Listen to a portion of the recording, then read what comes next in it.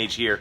I had a request for some more terrain build walkthrough videos, so I thought I would take you through something I did for my upcoming Friday night game, and I'm using the D&D Beyond Adventure Sleeping Dragon's Wake to insert into my Dragon of Icefire Peak game, just because the players are going to the village of Leilon along the Sword Coast, and this had some good information about that village, plus some side quests that I thought I would incorporate. So I'm going to walk you through and show you what I used. Okay, here's just the quick overview.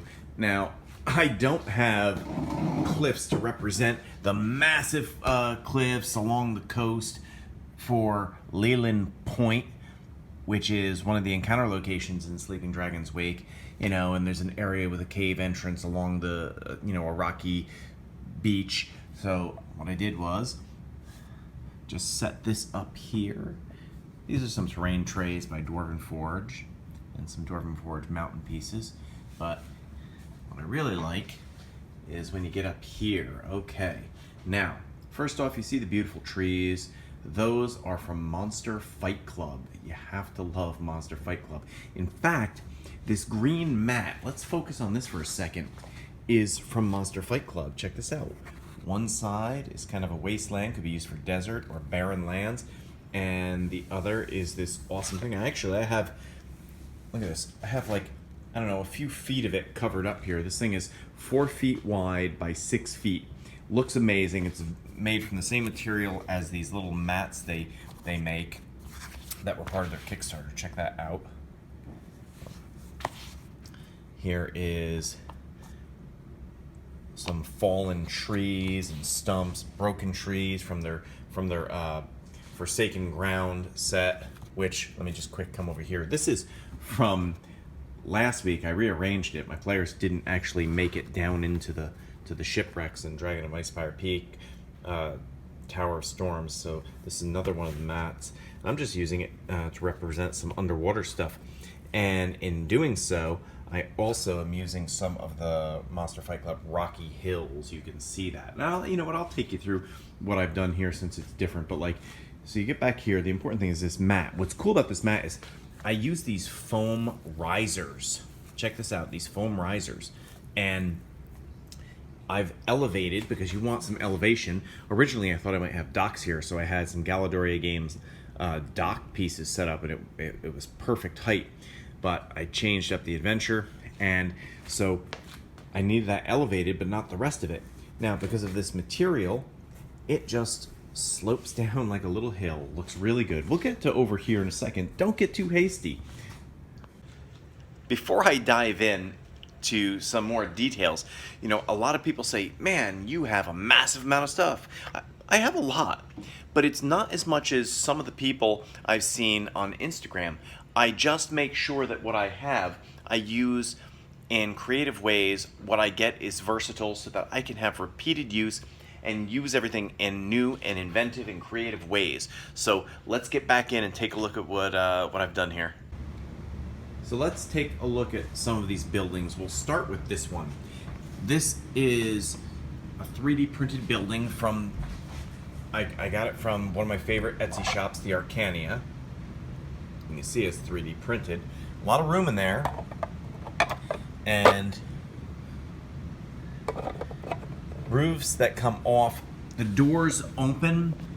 If you poke a pencil through, the shutters open. You have to love that.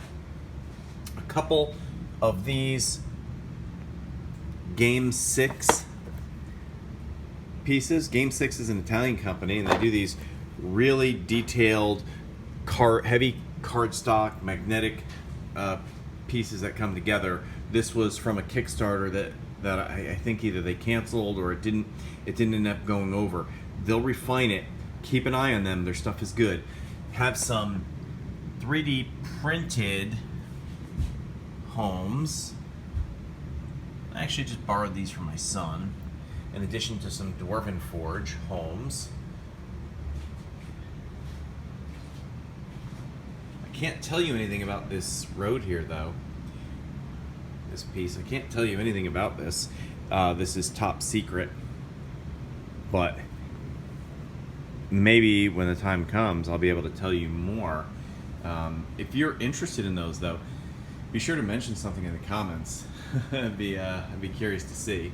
So again, Monster Fight Club trees, and what's really great about these is, look, you can take the canopy off. And not just their trees, but their hedges, little bushes. These are some of my favorite pieces altogether.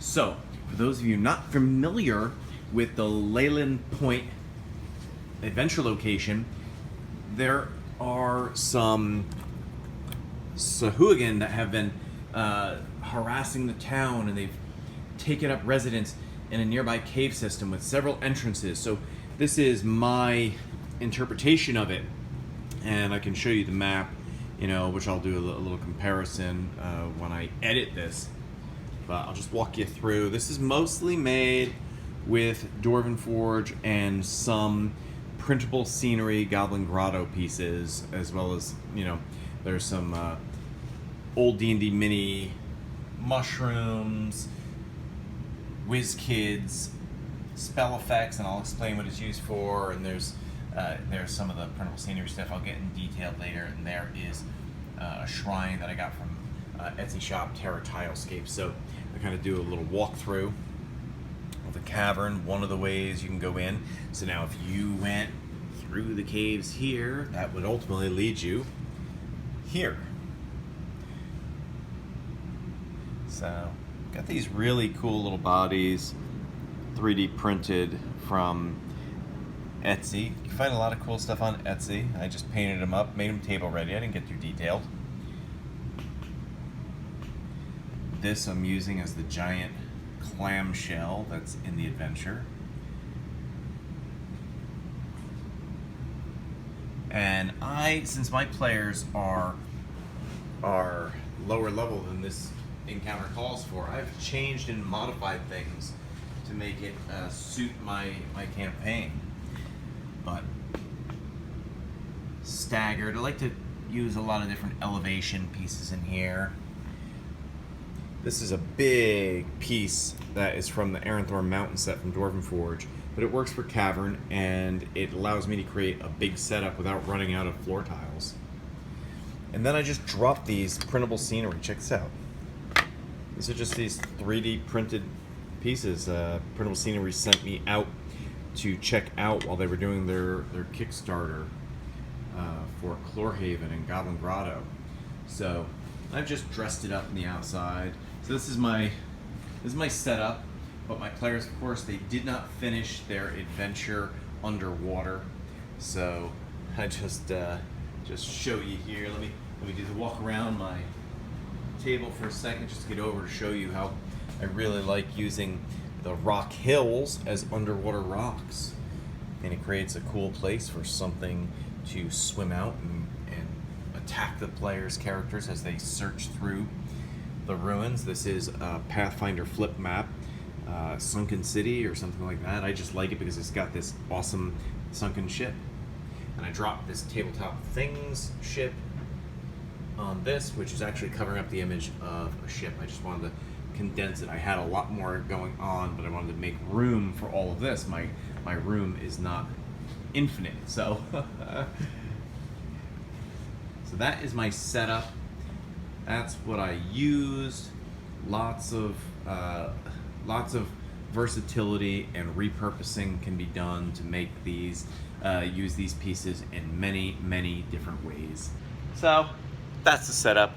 We'll see what happens, particularly with my players trying to find room to store their dice and character sheets and books. I don't know, maybe we'll have to have clipboards or something. But so I hope you like this, hope you check it out. If you do like it, subscribe, hit the notification bells in case you want to see what I'm up to next.